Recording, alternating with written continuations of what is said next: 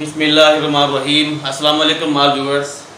आज हम बात करेंगे कि दिल के अमराज या दिल के अलामात किन लोगों में बहुत ज़्यादा पाई जाती है। सबसे ज़्यादा जो ज़रूरी चीज़ है वो हमारे लाइफ स्टाइल की वजह से, यानी सुबह से लेकर रात तक जो हम खा रहे हैं, हम ये नहीं देख रहे कि हम क्या खा रहे हैं, हम ज़्यादा कैलोरीज़ ले रहे हैं।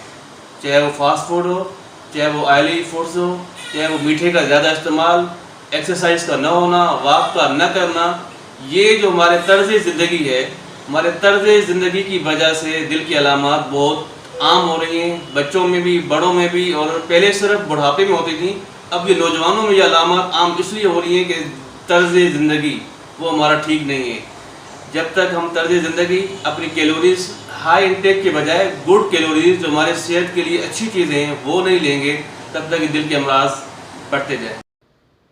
इसके लिए सबसे आसान तरीका ये है कि आप किसी माहिर डॉक्टर जो दिल के माहिर हैं या जो डाइटिशियन हैं उनसे एक डाइटिंग प्लान लें। आप ये देखें कि कौन से फूड में ज़्यादा कैलोरीज़ हैं, वो फूड इस्तेमाल नहीं करना।